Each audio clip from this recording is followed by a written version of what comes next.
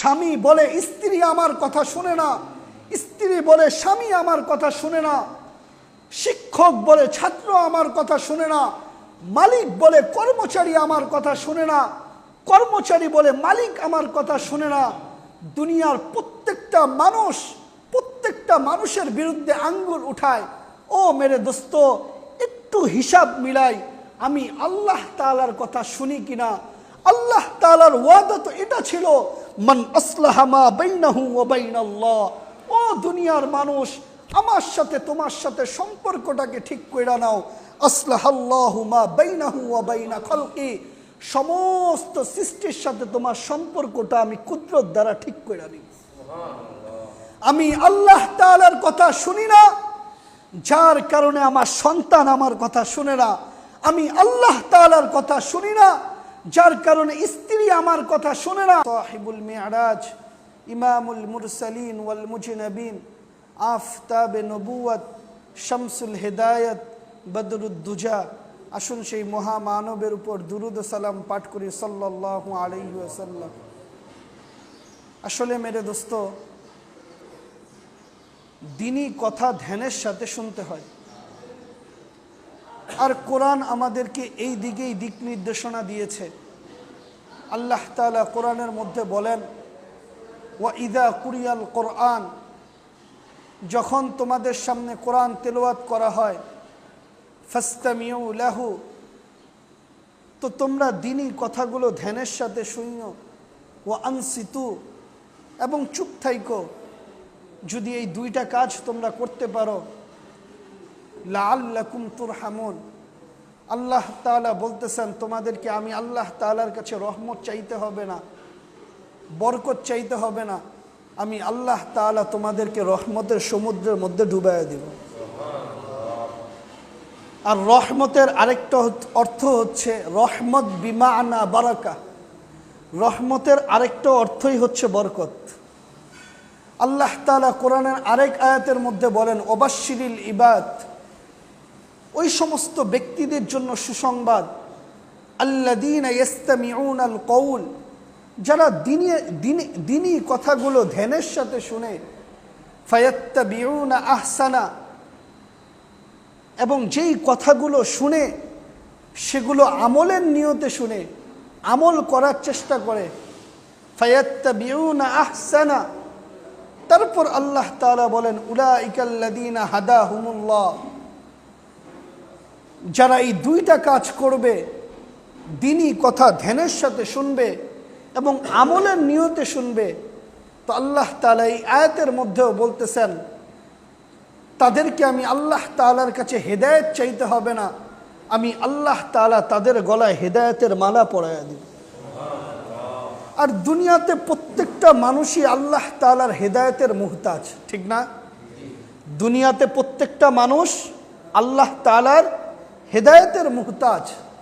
প্রতিটা মানুষ আল্লাহ তাআলার কাছে হেদায়েত চায়, হেদায়েত। এজন্য আমরা যে 5 ওয়াক্ত নামাজ পড়ি, 5 ওয়াক্ত নামাজের মধ্যে এমন কোনো রাকাত নাই যেই রাকাতে সূরা ফাতিহা পড়তে হয় না, ঠিক না? এমন কোনো রাকাত আছে? আমরা যে ফরজ নামাজগুলো পড়ি, 4 রাকাত ফরজ নামাজ, এর মধ্যে 2 রাকাত প্রথম যেই 2 রাকাত, এই 2 রাকাতে সূরা ফাতিহার পরে আরেকটা সূরা মিলাইতে হয়, ঠিক না? লাস্টের যেই 2 রাকাত আমরা নামাজ পড়ি, ওই 2 রাকাতে সূরা ফাতিহা পড়তে হয়, অন্য কোনো সূরা পড়তে হয় না, ঠিক না? তো প্রতিটা রাকাতে আমাদের সূরা ফাতিহা পড়তে হয়।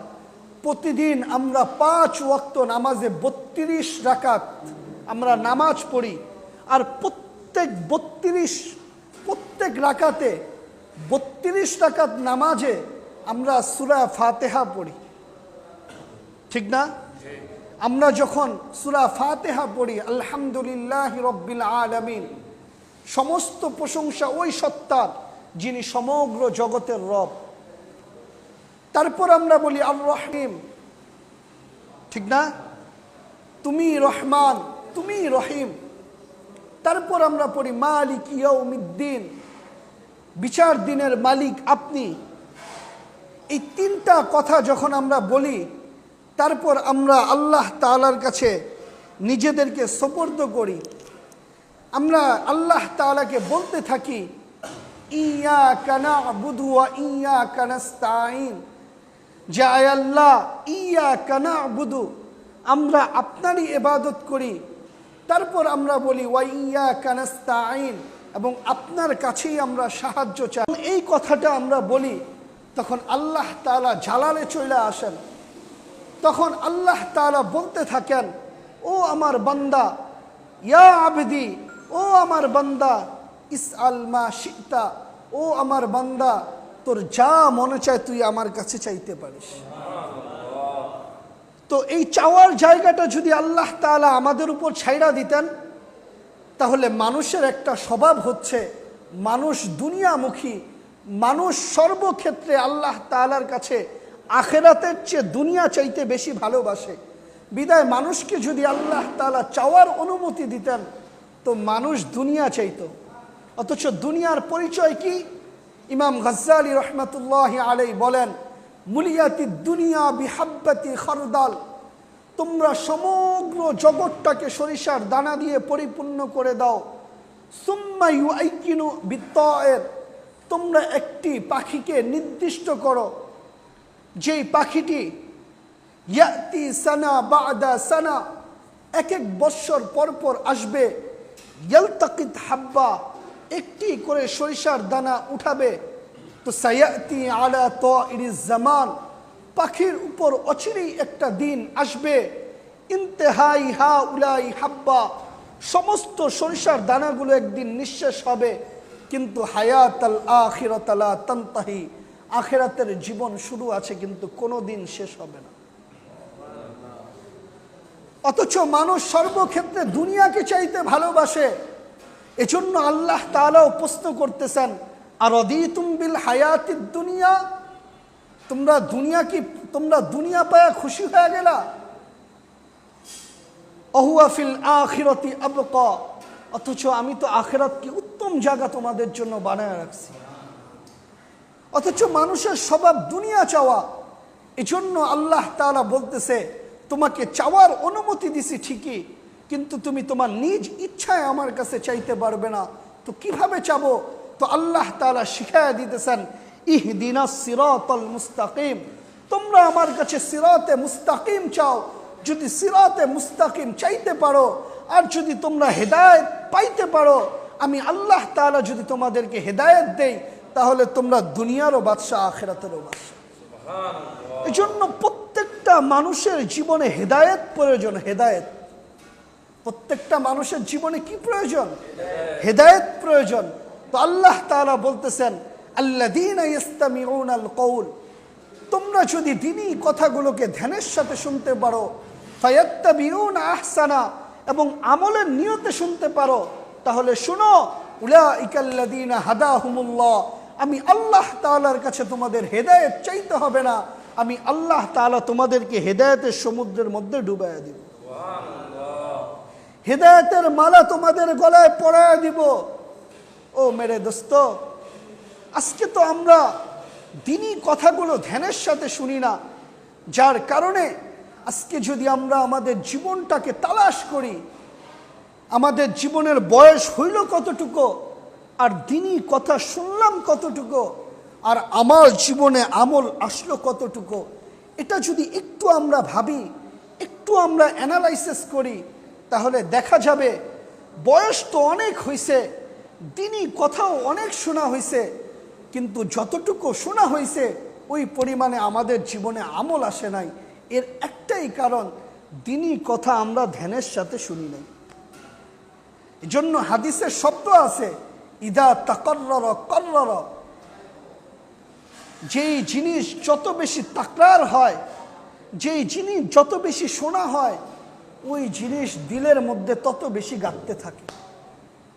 এজন্য কথার শুরুতেই বলতে চাচ্ছি যে যতক্ষণ কথা হবে, তো আমরা কথাগুলো ধ্যানের সাথে শুনবো ইনশাআল্লাহ।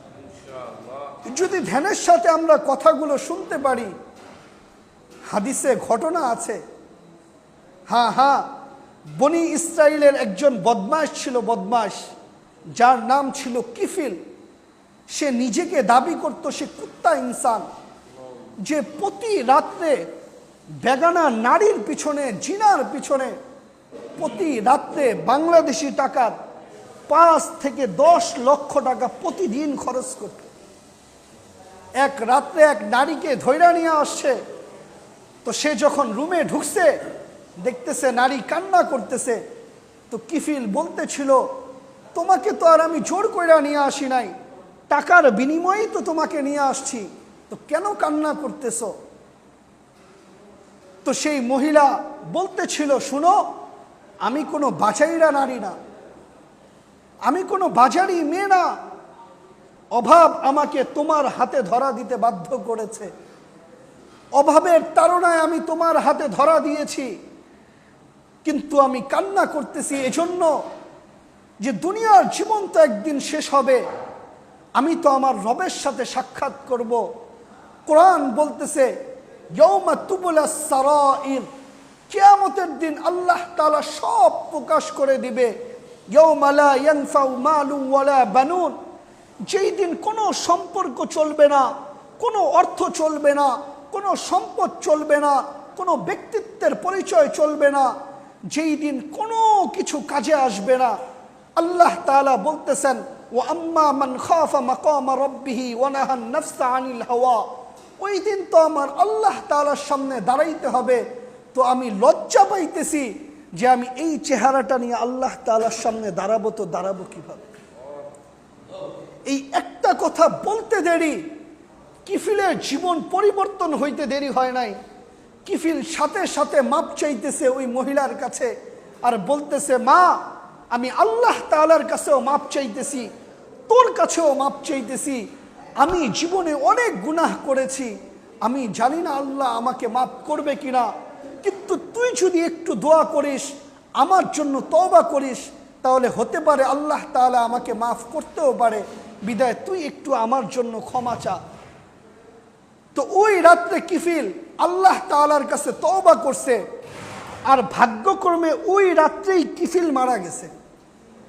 যখন বনি ইসরাইলের মধ্যে প্রকাশ পাওয়া গেছে যে কিফিল মারা গেছে, সবাই আনন্দ করতেছিল, উল্লাস করতেছিল যে কিফিল মারা গেছে, ওর জানাজা আমরা কেউ পড়ব না। যখন সময় অতিক্রম হইতেছিল, যখন ওকে কেউ জানাজা দিতেছিল না, তখন কিফিলের দরজার উপর সোনালী অক্ষরে লেখা উঠছে কদ গফারাল্লাহু লাহু লিকিফলিন। সম্পর্ক ছিল বান্দার আল্লাহর, বান্দা রাত্রে আল্লাহ তাআলার কাছে ক্ষমা চাইছে, আল্লাহ বান্দাকে মাফ করে দিছে। কিফিল সারা জীবন জিনা করছে, কিফিল আল্লাহ তাআলার কাছে মাফ চাইছে, কদ গফারাল্লাহু লাহু লিকিফলিন, আল্লাহ তাআলা কিফিলকে মাফ করে দিছে। সম্পর্ক ছিল বান্দার আল্লাহ, সম্পর্ক ছিল বান্দার আল্লাহ, আল্লাহ বান্দাকে মাফ করে দিছে, বিদায় বনি ইসরাইল সাথে সাথে কিফিলের জানাজা পড়ে দাফন কাফন সম্পূর্ণ করেছে। তো যখন মানুষ দ্বীনি কথা ধ্যানের সাথে শুনে, তখনই মানুষের দিলে আসর কাটে, তাসির হয়, তখনই মানুষের রং পরিবর্তন হয়, জীবন পরিবর্তন হয়, তখনই মানুষ আল্লাহ তাআলার সাথে, বান্দা আল্লাহ তাআলার সাথে সম্পর্ক গড়ে, বান্দা আল্লাহ তাআলার সাথে সম্পর্ক হয়। হ্যাঁ হ্যাঁ, মালিক ইবনে দিনার রহমতুল্লাহ আলাইহি ফাজাইলে সাদাকাতের মধ্যে ওনার অনেকগুলা ঘটনা আসছে, ঠিক না? হ্যাঁ, মালিক ইবনে দিনার, যার অর্থের কোনো কমতি ছিল না, সম্পদের কোনো কমতি ছিল না, ওনাকে বলাই হইতো মালিক ইবনে দিনার, দিনারের বেটা, অর্থের বেটা, সম্পদের বেটা, ওনার নামই ছিল মালিক ইবনে দিনার। মালিক ইবনে দিনার রহমতুল্লাহ আলাইহি প্রতি রাত্রে মদ পান করত। কোনো এক রাত্রে উনি মদ পান করতে করতে ঘুমায়া গেছে। ওই রাত্রেই ওনার সন্তানকে উনি স্বপ্ন দেখছে।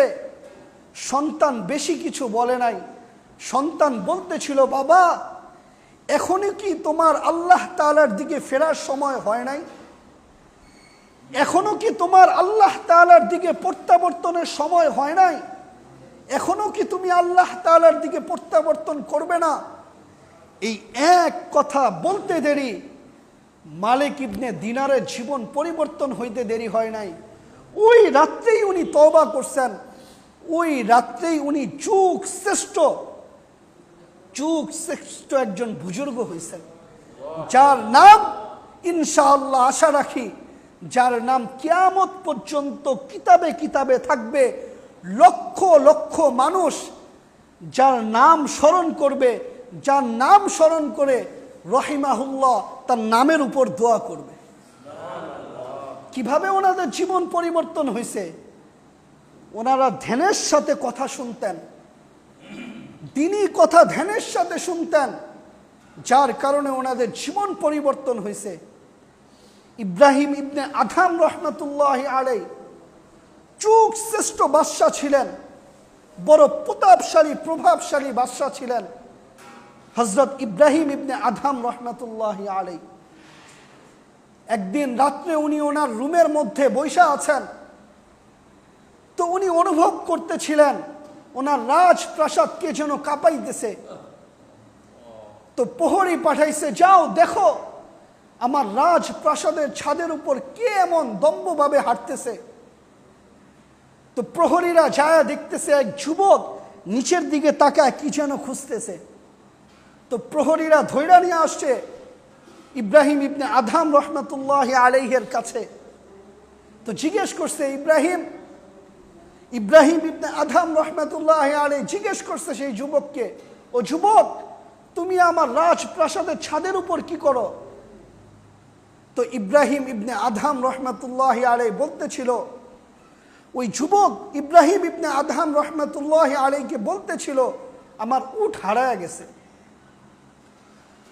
তো ইব্রাহিম ইবনে আদহাম রহমতুল্লাহি আলাইহি এই কথা শোনার পর ওনার মাথা খারাপ হইতে দেরি হয় নাই, যে ব্যাককল উট হারাইছে, মাঠে খুঁজবি, ঘাটে খুঁজবি, বনে খুঁজবি, জঙ্গলে খুঁজবি, নদীর কিনারায় খুঁজবি, আমার রাজপ্রাসাদের ছাদের উপর কি? আমার রাজপ্রাসাদে তো বাতাস ঢুকতে হইলেও অনুমতি নিয়ে ঢুকে, ঠিক না? কিছু কিছু মানুষ দুনিয়াতে আছে যাদের কাছে বাতাস ঢুকতে হইলেও অনুমতি নিয়ে ঢুকে। তো ইব্রাহিম ইবনে আদহাম রহমতুল্লাহি আলাইহি বলতেছিল যে তুই আমার রাজপ্রাসাদের ছাদের উপর উট খুঁজতেছিস? তুই যুবক বলতেছিল, বাহ ইব্রাহিম বাহ, বড় সুন্দর কথা বলছো। উট হারাইলে, উট যদি মাঠে খুঁজতে হয়, ঘাটে খুঁজতে হয়, বনে খুঁজতে হয়, জঙ্গলে খুঁজতে হয়, উট যদি তোমার রাজপ্রাসাদে পাওয়া না যায়, ও ইব্রাহিম তুমি বলো না এই রাজপ্রাসাদে থাইকা তুমি আল্লাহকে পাবে কিভাবে? এই রাজপ্রাসাদে থাইকা তুমি আল্লাহ তাআলাকে পাবে কিভাবে? তোমার তো ছোট্ট জীবন, 60 সানা ও 70 সানা, 60 থেকে 70 বছর, এর থেকে বেশি পাবে না। ছোট্ট একটা জীবন, এই জীবনটাকে যদি তুমি রাজপ্রাসাদের মধ্যেই কাটায় দাও, তাহলে তুমি আল্লাহ তাআলাকে পাবে কিভাবে? অথচ আল্লাহ কোরআনের মধ্যে বলতেছেন, আরাদিতুম বিল হায়াতিদ দুনিয়া, ও দুনিয়া ওয়ালারা, দুনিয়া পায়া খুশি হয়ে যাইতেছো, রাজি হয়ে যাইতেছো, ওহুয়া ফিল আখিরাতি আবকা, আমি তো আখিরাতকে রাইখা দিছি তোমাদের জন্য, আখিরাত তোমাদের জন্য, আখিরাত আমি রাইখা দিছি, অথচ তোমরা দুনিয়া পায়া রাজি হয়ে গেছো। এই একটা কথা বলতে দেরি উনি ওই রাত্রেই গাঠি গোল করতে দেরি করেন নাই। ওই রাত্রেই উনি ওনার রাজপ্রাসাদকে লাথি মারছেন, উনি ওই রাত্রেই জঙ্গলে চলে গেছেন। তো দিন মরুতে কাটে, রাত জঙ্গলে কাটে, তো রাত জঙ্গলে কাটে, তো দিন মরুতে কাটে। তেমন একটা ওনাকে লোকালয়ে দেখা যায় না। দীর্ঘদিন পরে যখন উনি বসরা শহরে আসেন, তো বসরাওয়ালারা ওনাকে চতুর্দিক থেকে ঘিরা ধরে, যে ইব্রাহিম, ও ইব্রাহিম, তুমি তো বলখের বাদশাহ ছিলা, বড় প্রতাপশালী বাদশাহ ছিলা, প্রভাবশালী বাদশাহ ছিলা, ক্ষমতাশালী বাদশাহ ছিলা, আমরা কেউই তোমার বিপক্ষে ছিলাম না, আমরাও তোমাকে ভালোবাসতাম, তুমিও আমাদেরকে ভালোবাসতে। এখনো পর্যন্ত আমরা বাদশাহ, দ্বিতীয় কোনো বাদশাহ নিযুক্ত করি নাই। এখনো তো তোমার জন্য রাজপ্রাসাদ অপেক্ষা করতেছে, রাজ সিংহাসন এখনো তোমার অপেক্ষায় অপেক্ষমান। ইব্রাহিম, চলো না একটু রাজপ্রাসাদে, চলো না সেই তোমার সিংহাসনে। তো ইব্রাহিম ইবনে আদহাম বলতেছিল, না না না, আল্লাহকে পাওয়ার জন্য রাজপ্রাসাদকে লাথি মারছি, বিদায় আর রাজপ্রাসাদে ফিরতে চাই না। আল্লাহকে পাওয়ার জন্য বের হয়েছি, বিদায় আর রাজপ্রাসাদে ফিরতে চাই না। যখন বারবার পিড়াপিড়ি করতেছিল, তখন ইব্রাহিম ইবনে আদহাম বলতেছিল, না আমি রাজপ্রাসাদে যাব না। তোমরা ভাবতেছ আমি ফকির হয়ে গেছি, ঠিক না? তো ইব্রাহিম ইবনে আদহাম বসরাবাসীকে নিয়ে দজলার পাড়ে গেছে, যায় ওনার হাতে একটা সুই ছিল, উনি ওনার জামাকে সেলাই করতেছিলেন। তো ওই সুইটাকে উনি ওই দজলার মধ্যে নিক্ষেপ করছেন আর বলতেছিল, ও দজলার মাছ, আমার সুই আমাকে ফেরত দে। তো ওই দজলার মধ্যে যত মাছ ছিল, সমস্ত মাছগুলো এক একটা স্বর্ণের সুই নিয়ে উঠছে। তো ইব্রাহিম বলতেছিল, শুনো, আমি আমার সুই চাই, স্বর্ণের সুই চাই না। তো আরেকটা মাছ ওনার সুই নিয়ে উঠছে। তো বসরাবাসী চোখে আঙ্গুল দিয়া দেখাইতেছিল, ও বসরাওয়ালারা, তোমরা ভাবতেছো আমি ফকির হয়ে গেছি, ঠিক না? না না না, আমি দুনিয়াকে লাথি মারছি, তো দুনিয়া আল্লাহ তাআলা আমার কদমে রেখা দিছে। হ্যাঁ হ্যাঁ, কবি এই কথাই বলছেন, औलिया ने लात मारी दौलते दुनिया के चुप आ पड़ी पई रूपे उनकी पूरे दुनिया सब के सब। আল্লাহ ওয়ালারা দুনিয়াকে লাথি মারছেন, তো দুনিয়া তাদের কদমে আল্লাহ তাআলা রেখা দিয়েছেন।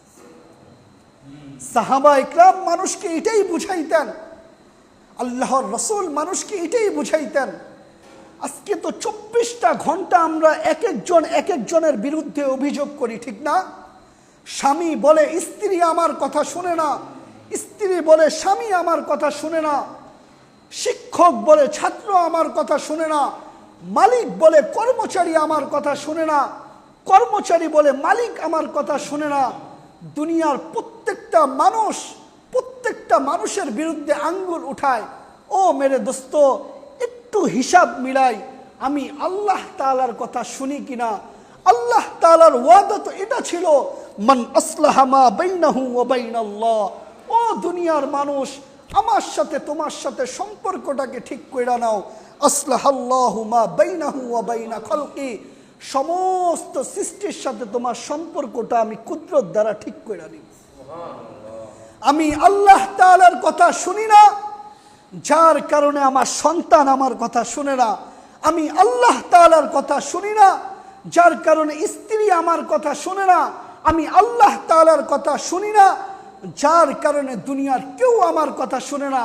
সাহাবা ইকরাম প্রমাণ দিছে, ও দুনিয়াওয়ালারা দেখো, আমরা সূর্যের দিকে আঙ্গুল ইশারা করতে দেরি, সূর্য আমাদের কথা শুনতে বাধ্য। জমিনে আমরা টোকা দিতে দেরি, ভূমিকম্প দুর্বৃত হইতে বাধ্য। ও মেরে দোস্ত, আজকে তো আমরা ভিডিও কলিং করি, ঠিক না? হ্যাঁ, আজকে আমরা স্মার্টফোন দ্বারা ভিডিও কলিং করি, অথচ 1400 বছর আগে হযরত ওমরে ফারুক রাদিয়াল্লাহু তাআলা আনহু আল্লাহর রাসূল সাল্লাল্লাহু আলাইহি ওয়াসাল্লামের মেম্বরে দ্বারা মোবাইল বিহীন, সিম বিহীন, ইন্টারনেট বিহীন, সমস্ত যোগাযোগ বিহীন 1450 কিলোমিটার দূরে ভিডিও কলিং করতেছে। ইয়া সারিয়াতাল জাবাল, ও সারিয়া, তোর পিছের পাহাড়টাকে সামলা। যদি পিছের পাহাড়টাকে সামলাইতে পারিস, যদি পিছের পাহাড়টাকে সামলাইতে পারিস, যুদ্ধে জয়ী হয়ে যাবি। যখন সারিয়া ফিরে আসছে, পুরা মদিনাবাসী ঘিরা ধরছে। তোমরা কি ওমরে ফারুক রাদিয়াল্লাহু তাআলা আনহুর কথা শুনছিলা? তো সবাই চিৎকার দিয়া বলতেছিল, আল্লাহি সামি'তু, আল্লাহর শপথ কইরা বলতেছি, হযরত ওমরে ফারুক রাদিয়াল্লাহু তাআলা আনহুর কথা শুধু শুনি নাই, দেখছি আন্না আমিরুল মুমিনিন ওয়াকিফুন আলা মিম্বারির রাসূল রাআইতু আন্না আমিরুল মুমিনিন ওয়াকিফুন আলা মিম্বারির রাসূল, আমরা শুধু শুনি নাই, দেখছি হযরত ওমর ফারুক রাদিয়াল্লাহু তাআলা আনহু আল্লাহর রাসূলের মেম্বরে দ্বারা আমাদেরকে ইশারা দিয়া বলতেছে, ইয়া সারিয়াতাল জাবাল, ও সারিয়া, তোদের পাহাড়কে সামলা। তারা দুনিয়াকে দেখাইছে যে দেখো আজকে তোমরা উন্নত হইছো, কিন্তু তোমরা আল্লাহকে পাও নাই। আমাদের যুগ উন্নত ছিল না, স্মার্টফোন ছিল না, মোবাইল ছিল না, সিম ছিল না, নেটওয়ার্ক ছিল না, কিন্তু 1000 কিলোমিটার দূরত্বে আমরা ভিডিও কলিং করতে পারি। যদি আমরা ভিডিও কলিং 1000 কিলোমিটার দূরত্বে মোবাইলবিহীন ভিডিও কলিং করতে পারি, তাহলে চিন্তা কইরা দেখো আমরা চাইলে দুনিয়াকেও সোনা বানাইতে পারি, মাটিকেও সোনা বানাইতে পারি। হযরত আলী রাদিয়াল্লাহু তাআলা আনহু প্রমাণ দিতেছেন। হযরত আলী রাদিয়াল্লাহু তাআলা আনহু একদিন যুদ্ধ করতেছিলেন, আসরের নামাজ পড়তে পারেন নাই। তিনি আঙ্গুল ইশারা দিয়া বলতেছিল, সূর্য থাম, এখনো পর্যন্ত আমরা আসরের নামাজ পড়ি নাই। বলতে দেরি, সূর্য থামতে দেরি করে নাই। যখন আসরের নামাজ পড়ছে তো বইলা দিছে, যা তুই যেখানে ইচ্ছা সেখানে চলে যা। হযরত আলী রাদিয়াল্লাহু তাআলা আনহু আমাদেরকে বুঝাইতে চাইতেছেন, ও দুনিয়াওয়ালারা, আমাদের আঙ্গুলের ইশারায় যদি সূর্য আমাদের কথা শুনে, তাহলে একটু ভাবো না আমাদের স্ত্রীরা আমাদের কথা কতটুকু শুনে, আমাদের সন্তানরা আমাদের কথা কতটুকু শুনে, আমাদের ঘরওয়ালারা আমাদের কথা কতটুকু শুনে। আজকে কান্না তো কম চলতেছে না, চিৎকার তো কম হইতেছে না, আজকে তো চোখের পানি কম ঝরানো হইতেছে না। সারা দুনিয়া পেরেশান ফিলিস্তিনের ব্যাপারে, কম তো কান্না চলতেছে না, কম তো কান্নাকাটি হইতেছে না। এখনো কেন আল্লাহ তাআলা আবাবিলকে পাঠাইতেছেন না? আল্লাহর খাজানায় তো আবাবিল কম নাই, কেন পাঠাইতেছেন না? হাতি বাহিনীকে যদি আল্লাহ আবাবিল দিয়া ধ্বংস করতে পারে, তাহলে এখনো কি আল্লাহ তাআলা আবাবিলকে পাঠাইতে পারেন না? তো কেন পাঠাইতেছেন না?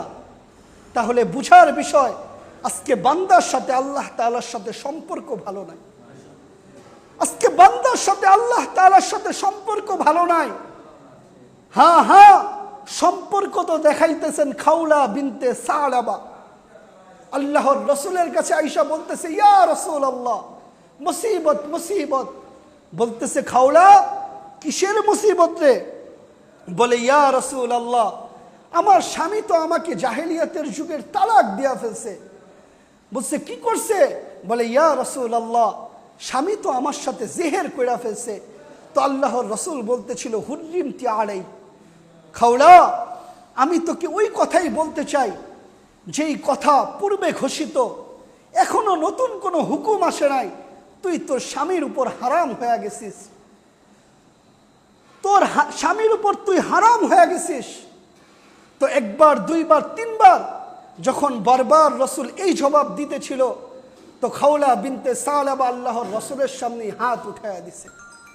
বলতেছিল, ইয়া রাসূলুল্লাহ, এতক্ষণ ইনডাইরেক্ট যাইতে চাইতেছিলাম, এখন ডাইরেক্ট যাইতেছি। খাওলা বিনতে সালাবা বেশি কিছু বলে নাই, বলতেছিল, ইলাহি ও আল্লাহ, আফনা শাবাবি, 8 বাচ্চা হবার পরে যৌবনে থাকি কি, আকালা মালি, খাবার সব খাওয়া শেষ, তাফাররাকা আহলি, স্বামী ইসলাম আয়েশা মুসলমান এবং কাফেরদের মাঝে ডিভাইডেড কইরা দিছে। আমি মুসলমান স্বামীর হাত ধইরা চইলা আসছি, মুসলমান স্বামীর হাত ধইরা চইলা আসছি। লি সিবিয়ানুন সিগর, আমার ছোট্ট ছোট্ট 8টা বাচ্চা। ইন দমামতু ইলাইয়া যাও, যদি 8 বাচ্চাকে আমার কাছে রাখি। ইন দমামতু ইলাইয়া যাও, যদি 8 বাচ্চাকে আমার কাছে রাখি, আমি খাইতে পাই না, 8 বাচ্চাকে খাওয়াবো কি? ইন দমামতু ইলাইহি দাউ, যদি আমার 8 বাচ্চাকে আমার স্বামীর কাছে রাখি, উনি বৃদ্ধ মানুষ, 8 বাচ্চাকে লালন পালন করতে পারবে না, আমার 8 বাচ্চা ধ্বংস হয়ে যাবে, নষ্ট হয়ে যাবে। এই কথা বলতে দেরি হযরত ওমর ফারুক রাদিয়াল্লাহু তাআলা আনহু বলেন, এখনো পর্যন্ত খাওলা তার হাত দুইটাকে গালের সাথে লাগায় নাই।